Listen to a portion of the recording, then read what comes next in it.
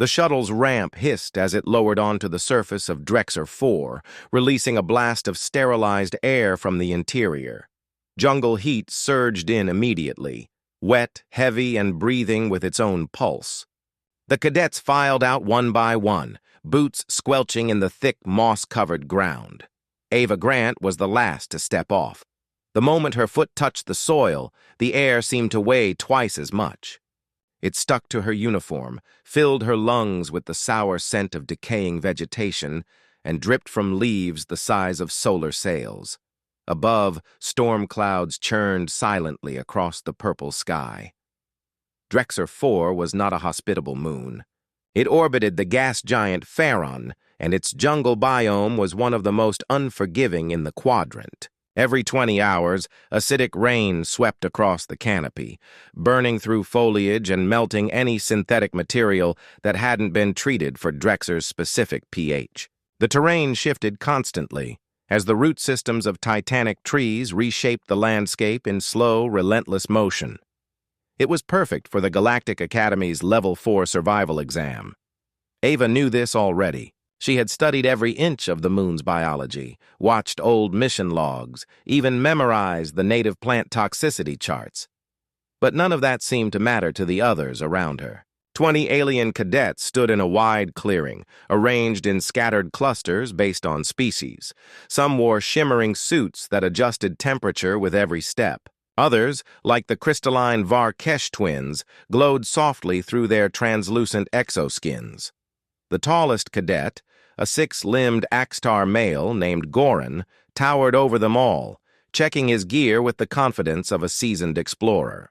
He carried a portable gravity drill strapped to his back and a toolbox embedded with a hovering AI assistant. Ava stood alone, a head shorter than most.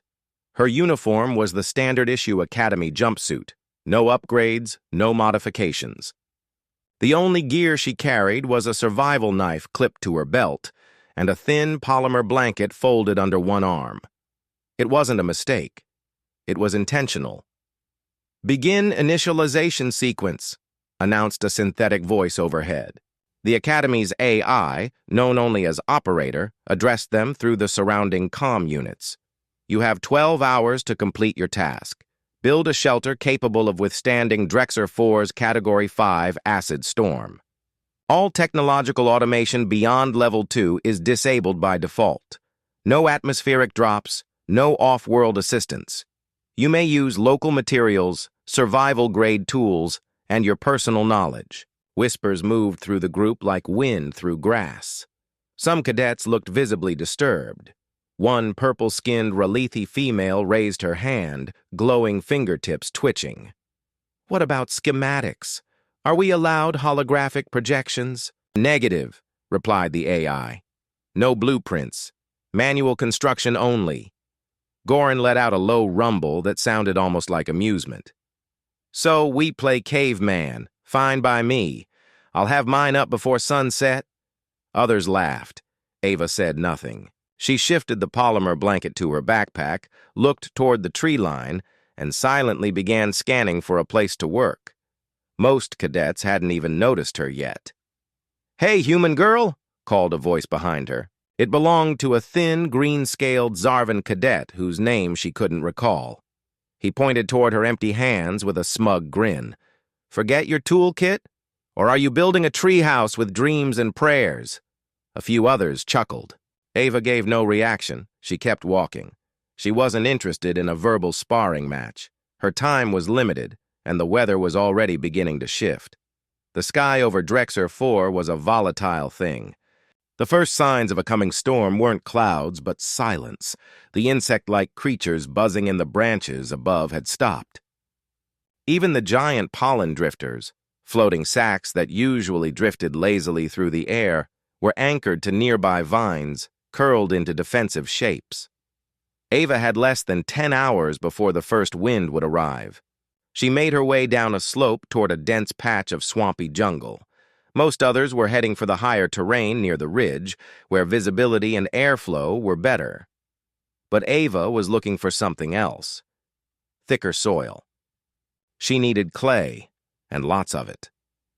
2 years earlier, she had spent a month in the Arizona desert with her grandfather, a retired Earth survivalist who built adobe huts in his backyard for fun. He showed her how to identify good building mud, how to mix it with straw or roots, how to shape it into bricks using nothing but a frame made from sticks. The Galactic Academy considered such knowledge outdated, quaint even. But Ava never forgot it.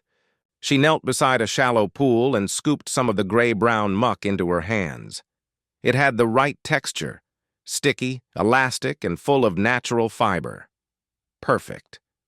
Above her on the ridge, construction had already begun. Holograms flickered briefly as alien cadets attempted to bypass the schematic restriction, only to be denied by the operator.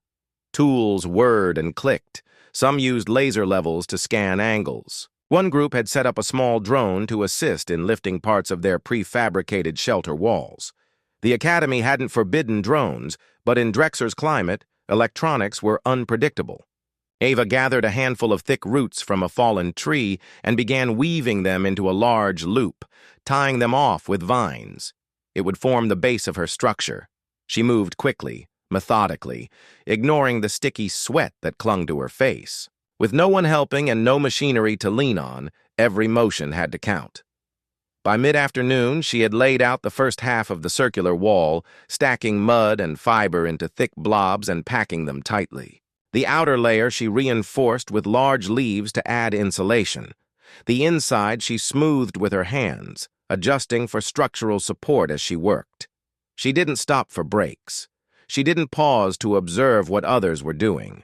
Only when her hands cramped did she flex her fingers and rub them on her jumpsuit. Occasionally, someone would pass by and glance at her work. Some looked surprised, others sneered. But no one offered help. She preferred it that way. At one point, Goran's booming voice echoed from above. "You know there are laser scaffolders in the supply kit, right? Or are you allergic to intelligence?" She looked up briefly, her face unreadable. "I'm allergic to failure." That ended the conversation. By early evening, her structure stood waist-high and fully enclosed in a dome shape. She had carved a narrow opening low to the ground, just enough for one person to crawl through, and reinforced the top with a grid of branches. Rain would slide off the leaves she layered atop the dome, while the thick walls absorbed force and heat. She sat outside for a moment as the sky turned dark violet. The others were still hammering, scanning, complaining about material malfunctions. One group was arguing over whether a collapsible frame could handle wind shear. Another was trying to recalibrate a hovering roof generator that had started spinning on its own axis. Ava wiped mud from her cheek and leaned back against a root. She didn't smile. She didn't relax. She simply waited. The jungle had gone quiet again. The storm was almost here. A distant crack split the sky. Not the sharp report of thunder, but the shearing groan of the upper atmosphere reacting to the sudden shift in pressure. Ava's eyes flicked upward as streaks of deep amber light bent through the thick clouds. The canopy shivered. Something massive had stirred far above the tree line. Air currents, perhaps, or storm cells folding into each other like tectonic plates. The storm was advancing faster than expected. Ava crouched at the entrance of her dome, adjusting the inner weave of root and vine reinforcement. She tugged a few strands tighter, then pulled a large curved frond over the topmost ridge to give the structure a smoother slope. The acid rain would begin as mist, but within 20 minutes, the droplets would grow thick, searing through anything synthetic. She needed the entire hut sealed and insulated. She pressed the final leaves in place with the flat of her palm, not flinching when hot air swept through the clearing and made the vines groan against the mud. On the high ridge, the first real signs of panic had begun. One of the smaller groups, 4 cadets from the Tathari species, was clustered around a collapsed shelter frame. The portable scaffolding they had assembled using high-tension anchors had sunk into the soil. With the humidity rising and the topsoil liquefying, the structure had tilted under its own weight and folded like wet paper. One cadet cursed in a warbling Tathari dialect as he tried to lift the frame using a repulsor disc. The disc fizzled with a small electrical pop and went dark. To the right, Goran was pacing in tight circles near the corner of his shelter. He was soaked in sweat, not from rain, but from the failing internal cooling systems of his armor. His AI assistant had malfunctioned minutes earlier. Ava had heard the sharp tone of a shutdown protocol, followed by Goran's guttural growl. Now he stood over a pile of half-assembled alloy walls that no longer responded to command sequences. He stabbed a thick finger into the interface repeatedly, but the console flashed red each time he tried to initiate a manual override. The jungle did not welcome technology. Every vine seemed to throb with moisture. Every patch of ground squished underfoot, oozing rot. The air, already heavy with spores, turned from dense to choking as the temperature rose by another 2 degrees. Ava could see the insects returning, short-winged, translucent creatures that hovered low and spun in lazy circles. Their return meant that the chemical composition of the air had reached the tipping point. The acid storm would arrive within 90 minutes. A scream pierced the clearing. Not human. One of the crystalline Varkesh had stepped into a shallow pool that looked harmless, but wasn't. The pool foamed the moment her foot touched the surface, reacting violently to her energy field. Crystals on her lower leg cracked and turned dull white. Her partner pulled her out quickly, yelling for assistance. But the medical drones remained inactive, locked in standby due to the rules of the exam. No external intervention, no healing protocols. This was survival. Ava watched from her position at the jungle's edge. She didn't move toward the others. She had no anti-corrosive gel or emergency cooling agent to offer. What she did have was a half-finished shelter that needed sealing. She returned to work, pressing another layer of clay over the lowest ring of the wall, smoothing it with leaves dipped in water from a filtered patch of swamp. The acidic nature of the planet meant she had to test every water source, and she had already found a moss-covered basin where the acidity was neutral enough to use without damaging her materials. Some of the cadets were beginning to glance in her direction, not out of curiosity, but calculation. One of the Ralethi, a tall female with metallic eyes and scaled arms, stopped walking midway through her third failed attempt to deploy a smart tent and stared at Ava's mud hut. The Ralethi cadet turned to one of her teammates and whispered something under her breath. The other nodded. They both kept working, but with less certainty. Ava didn't look up again. She layered the outer wall one final time, then crawled inside the dome to test for gaps. It smelled of soil, bark, and sweat. Primitive, but safe. She could feel the air cooling inside slightly, the humidity trapped in layers, but the heat less direct. The walls were thick enough to absorb both wind and acid impact. She pressed her palms to the inside, testing for structural give. There was none. She crawled back out and began sealing the entrance with a flap of stitched leaves, anchoring it with sharpened sticks and weighty stones. Another flash lit up the horizon. Not lightning, heat lightning flickering without sound. The wind changed. Leaves swirled in small tornadoes across the clearing. The drones that had hovered earlier began falling from the air one by one, their circuits jammed by the electrical charge gathering overhead. A few cadets ducked as a malfunctioning stabilizer drone spun violently before crashing into the mud. Goran roared in frustration, ripping the front panel off his shelter and throwing it aside. His skin glistened with a sheen of chemical sweat. The automated venting system on his back had locked up, trapping heat inside the exosuit. His massive form sagged as he leaned against a support beam that had already begun to tilt inward. Even his strength couldn't compensate for bad engineering under the wrong conditions. To her left, Ava heard movement. A young male cadet, probably one of the newer Zoran recruits, was running down the incline with what remained of his supply pack dragging behind him. He glanced at her shelter as he passed, but said nothing, continuing toward a thicket of trees where his squad had tried, and failed, to build an elevated canopy shelter. The structure had already partially collapsed, one corner sagging under the weight of waterlogged bark. The jungle gave no favors. It was pure resistance, elementally raw, and deeply aware of foreign presence. Everything here fought back. Ava rinsed her arms in the basin near her shelter and wiped her face with a dry patch of cloth tucked inside her collar. She ate a small protein ration, dry and flavorless, but enough. There was no time for rest, but she had done enough to be ready. The last task she set for herself was to secure her water source. She dug a narrow channel from the mossy basin toward the rear of her shelter, covering it with stones and a layer of bark. If the storm lasted longer than expected, she would need more than just a sealed roof. She would need hydration, and she wasn't going to rely on the air for that. The ridge above her had grown quiet. Not peaceful, just silent in the way of systems breaking down. She could hear no more mechanical sounds, no whirring servos, no activation tones. The alien cadets were now working with hands and frustration, unfamiliar with failure that couldn't be rebooted. She knelt one last time beside the doorway and tucked the edge of the blanket into the entrance tunnel, sealing it as tightly as possible from inside. A gust of wind picked up behind her, sending sharp leaves scattering through the air. She didn't flinch. She pressed the last vine into place, then crawled inside and waited in darkness. The jungle had bitten back. The cadets had come with confidence and machines. Ava had come with knowledge, memory, and hands hardened by mud. Now the storm would decide. The storm had not yet broken, but its arrival hung so close Ava could feel the pressure building against her skin.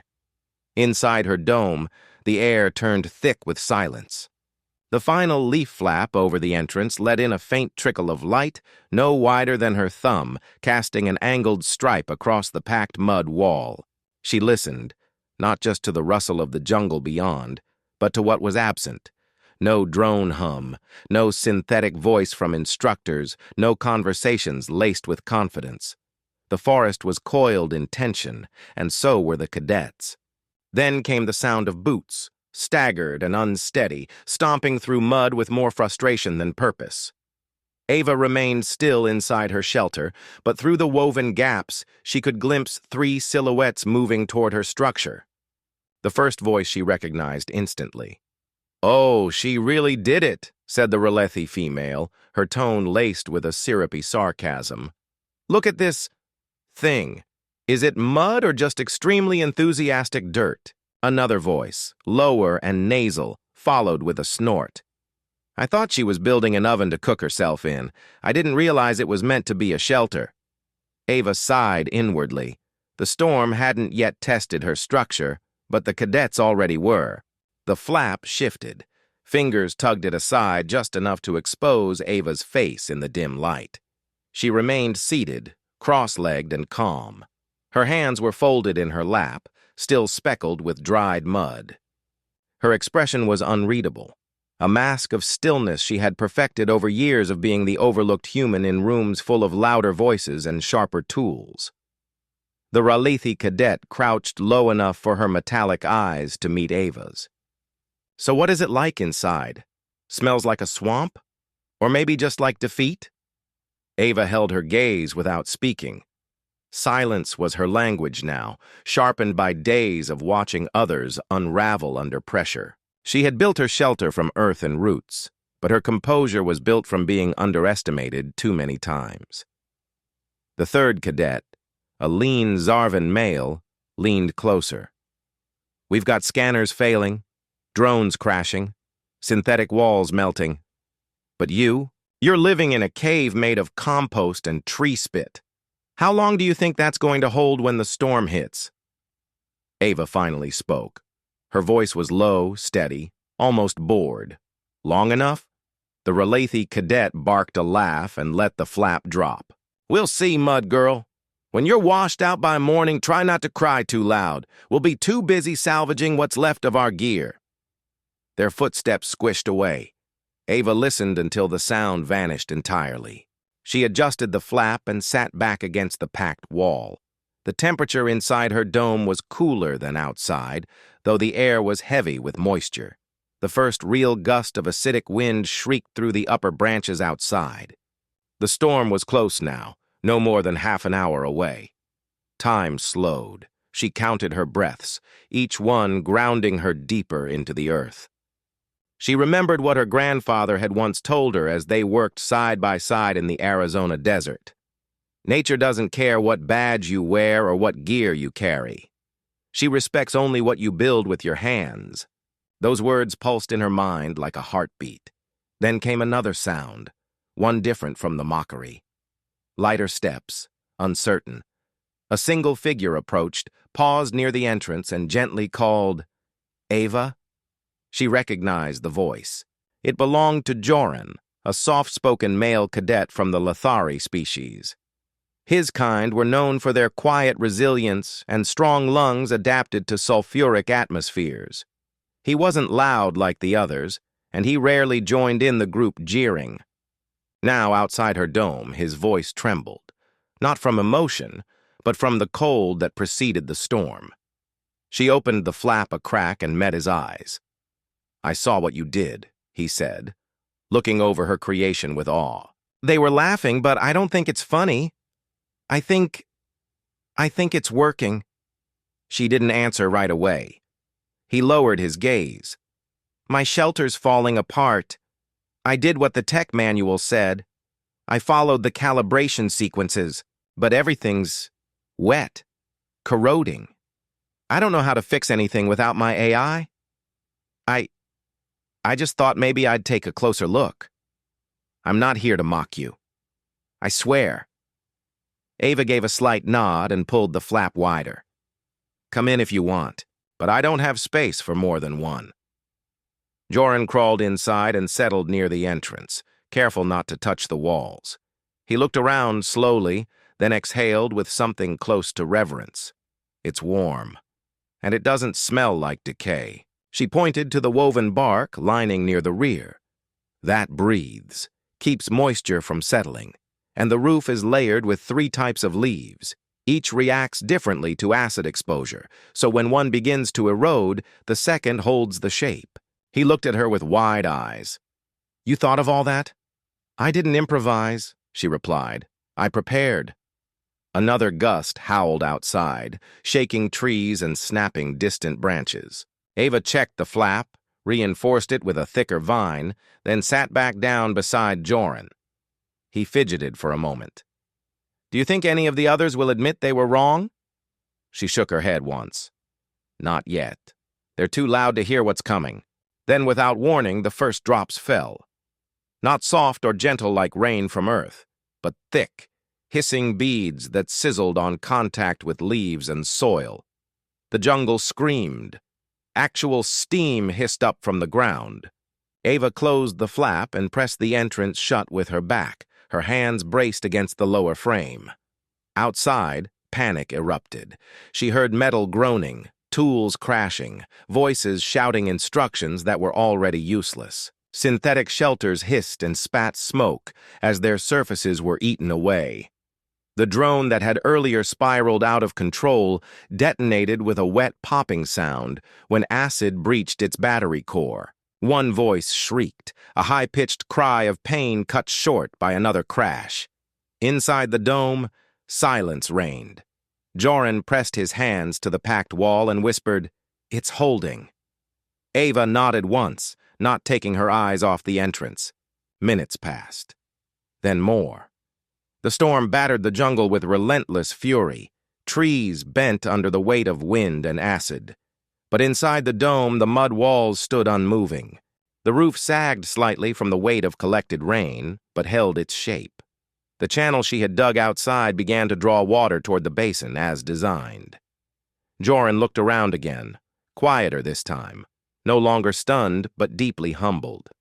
"They all laughed," he murmured. "But now, they'll be scrambling to survive." Ava spoke without emotion. "Most will make it. Some will adapt. But all of them will remember this." A moment later, a voice from outside cried out, muffled but clear. "Grant, please, let us in."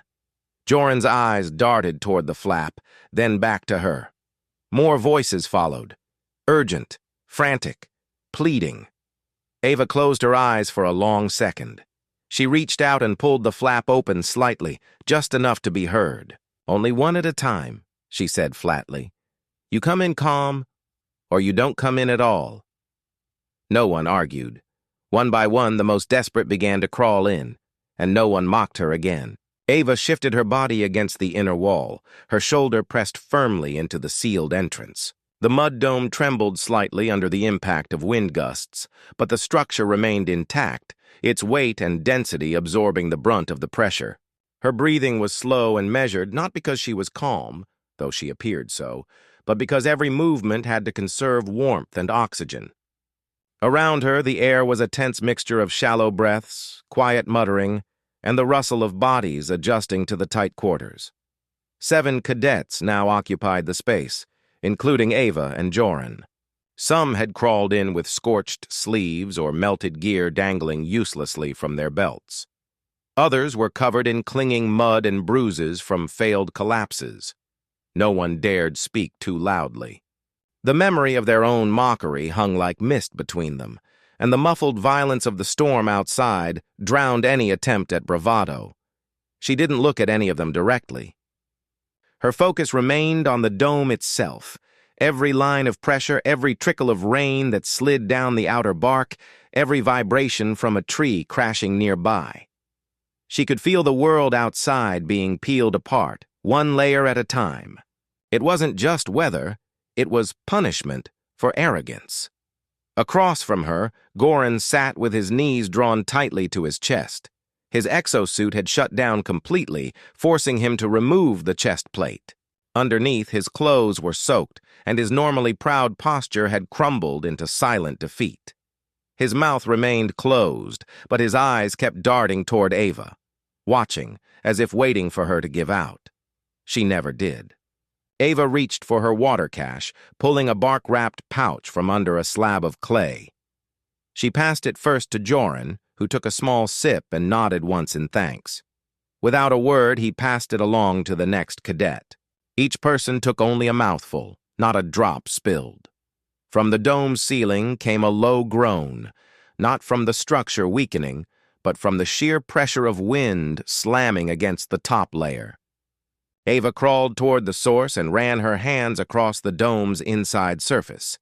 The mud felt cold but firm. A faint line near the upper edge, where a branch support intersected with the curved wall, had begun to flex. She removed her knife and cut a segment of vine from her belt, reinforcing the brace with practiced fingers. Her movement was mechanical, instinctual. She had made shelters before, but never in the company of those who once laughed. Behind her, the youngest cadet, Kieran, a blue-furred male from the Nolari species, whispered through chattering teeth, "I thought you were crazy." Ava paused, tightening the knot. "I thought no one could survive without tech," he said. She didn't answer. She pressed the vine flat and returned to her spot. The others remained quiet. Outside, the storm escalated to its peak. The acid rain had thickened, hissing like oil on hot stone every time it struck exposed surfaces. The shelter held fast. No leaks. No breaches. The heat inside had risen slightly, trapped in the sealed space, but the mud walls regulated it better than any synthetic climate control dome could have in this environment. Goran shifted closer to the entrance, listening carefully. "I think some of the trees are coming down." Ava nodded. "They always do on Drexer during a Category 5. That's why shelters built near shallow-rooted trees fail first." Goran clenched his jaw. "That's why mine failed." She said nothing. He looked at her again, slower this time, not with disdain, but with something heavier, regret, maybe even recognition. "You studied this planet longer than the rest of us, didn't you?" he asked. Ava nodded once. "I studied its behavior, not just its facts." "You built this with your hands," he continued, eyes tracing the smooth inner surface. "While I waited for machines to think for me." The silence following his admission was thicker than the storm. Even the others, huddled in the far corner, turned slightly toward him. Ava let the words hang in the air. She didn't rub the moment in. She didn't offer comfort. She knew the most painful truths, never needed echoing. Her shelter was enough proof. Goran asked, "Do you think any other shelters survived?" "No," she answered flatly. Not intact. Maybe pieces. Maybe just enough for some to crawl under. But nothing that could protect long-term. "And the test?" he asked. "What does this prove?" "That survival is not an upgrade," she replied. "It's an instinct. And instinct can't be programmed." The dome shook again, one final massive gust slamming into the side, but it didn't break. One of the outer leaf layers might have peeled free, but the core held. Ava could feel the storm's strength beginning to wane. It was subtle, but the howling wind shifted from roaring to groaning. The jungle beyond the dome creaked less violently, and the acid hiss faded into a soft patter. She crawled to the flap, touched it gently with the back of her hand. The outer temperature was dropping. The air, though still humid, no longer shimmered with dangerous charge. She waited 5 more minutes, listening to every creak, every pause in nature's voice. Then she peeled back the flap slowly. The clearing was a graveyard. Shelters were reduced to frames, their synthetic components corroded and warped. Tools lay scattered, some smoking, others melted entirely. Drones lay embedded in trees or half-submerged in mud. A few cadets staggered through the wreckage, those who had not reached shelter in time. Most were injured. One limped with a collapsed leg brace. Another dragged a cable behind her like a severed limb. Ava didn't look away. She simply opened the flap wider and let the jungle's aftermath spill into her eyes. Goran moved beside her, jaw tight. "They'll remember this." "Yes," she said. "But some will still laugh next time." He looked at her. "Not me." She turned to him, then to the others behind them, silent, humbled, safe. "No," she said. "Not any of you." She stood fully then, her hands streaked with dried mud, her face lined with the strain of the night. She stepped out into the ruined clearing, feeling the acid-softened ground squish under her boots. Above, the storm had passed, but everything else had just begun. The smell of scorched polymer and damp ash hung in the air as Ava walked across the clearing. Her boots pressed into the softened earth with each step, leaving clean, deliberate imprints behind her. The jungle canopy, now stripped of many outer branches, let filtered rays of dull sunlight scatter across the wreckage. Every shelter was gone. What remained looked less like survival engineering and more like the aftermath of careless battle. Panels twisted like seaweed, reflective fabrics shriveled like burned paper, and sharp bits of alloy shimmered faintly from where they had embedded into the tree trunks during the storm. Behind her, the others emerged from the mud dome one by one. No one rushed. No one spoke. Each cadet took slow, uncertain steps into the silence, as though afraid the jungle might lash back the moment they forgot to respect it. Goran stood still near the edge of the clearing, his hands folded behind his back, his expression one of deep, quiet study. Goran remained close to the entrance of the dome, watching Ava with a gaze no longer hostile, but contemplative, tired but aware. From the tree line, a low hum grew steadily louder. It was the unmistakable sound of the Retrieval skiff, sleek, silver, and silent as it descended between the trees. Its anti-grav pads stirred loose leaves and flung droplets of acidic moisture into the underbrush. A second later, the hatch opened, and 2 instructors in full hazard suits stepped out, followed by a medical drone scanning the field with a rotating blue beam. The drone beeped twice, clicked its findings into the console attached to one of the suits, then hovered to the side. One of the instructors, a tall woman with a flat voice made flatter by her helmet, activated her shoulder mic. Environmental status, neutralized. Storm intensity reduced to passive state. Retrieval protocols engaged. All cadets are to report for post-assessment and debrief. No one moved immediately.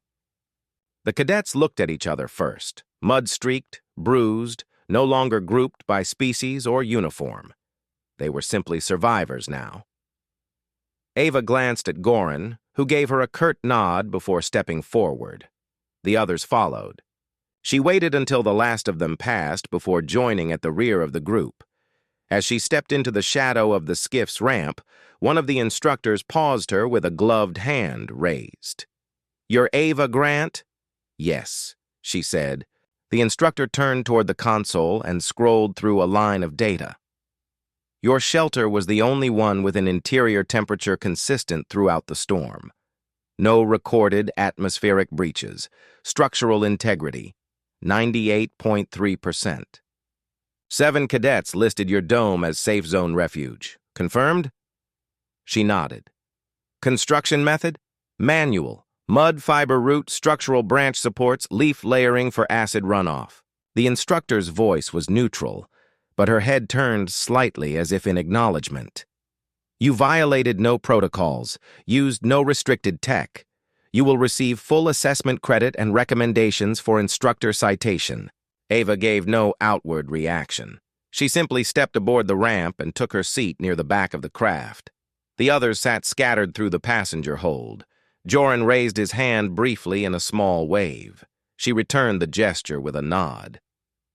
Goran sat silently across from her, arms resting on his knees, eyes locked forward. The skiff rose with a hiss and cut through the canopy in a slow, deliberate arc. Below them, the jungle began to close again, branches flexing upward, leaves stretching wide to reclaim the light. What had been torn apart would grow back. The land always did.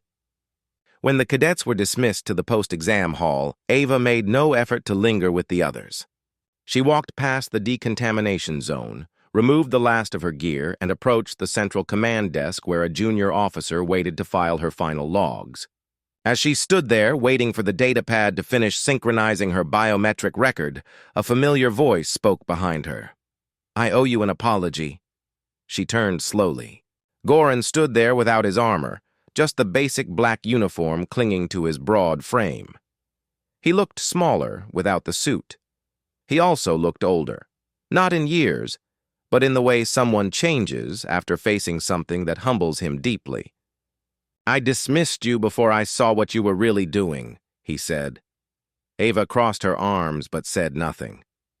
"I watched your hands work while mine hit buttons," he continued.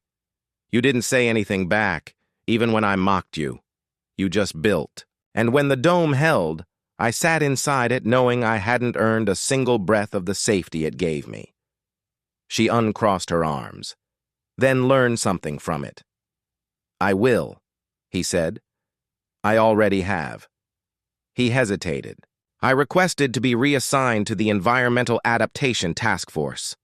I want to rebuild from the ground up. Literally. Maybe next time, I'll build something with my hands instead of asking machines to do it for me." Ava gave a short nod, then turned back to the datapad. "Good." As he left, another cadet, this one a slender, green-scaled female with her arm in a sling, approached. She offered Ava a nervous smile. "Is it true you made the insulation from leaves? I've been studying organic layering techniques. I'd love to compare notes, or learn from you, if you're willing." Ava looked at her closely for a second. Then, to the cadet's surprise, she gestured toward the empty bench near the far console. "I've got half an hour," she said. "We'll start with bark types. Most of the cadets think the bark's just for structure, but it breathes better than any composite." The girl's face lit up, and she followed eagerly. Later that afternoon, Ava stood in the academy courtyard, alone under the steel and glass arches that framed the central learning dome. The light here was artificial, the air filtered, the pathways pristine, and yet it felt colder than the jungle, cleaner but more sterile. She let her fingers drift across the surface of the marble railing, then looked down at her hands.